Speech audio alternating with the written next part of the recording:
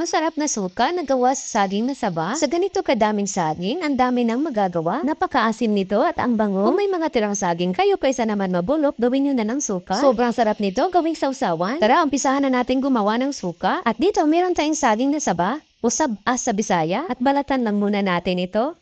Minsan, kung may mga overripe na tayo na saging, hindi na natin alam ang gagawin. Yung iba, nabubulok na lang. Sayang lang, hindi natin alam na pwede pala gawing suka. Slice lang po natin ito ng maliliit, gaya po nito. Depende din sa inyo kung anong slice ang gusto nyo gawin dito. At ayan na lahat ang na-slice natin na saging.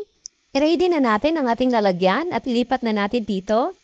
Naku, pag nasubukan nyo nang gawin ito, baka ulit-ulitin nyo ang paggawa nitong suka.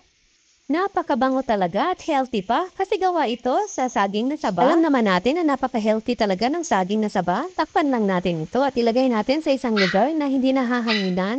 Room temperature lang po. Hayaan lang natin ito ng isang buwan. After 1 month, ito na ang saging natin. Naging suka na. Ang bango-bango talaga. Mabango na maasim. Sasalain lang muna natin ito. Gagamit lang tayo ng malinis na tela.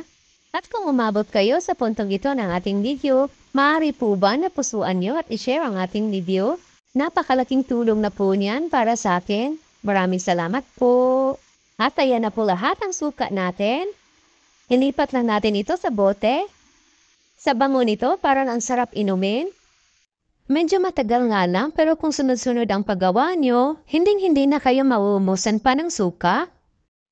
Napaka-healthy nito kasi wala tayong ibang hinalo dito. Pure na saging na saba lang talaga.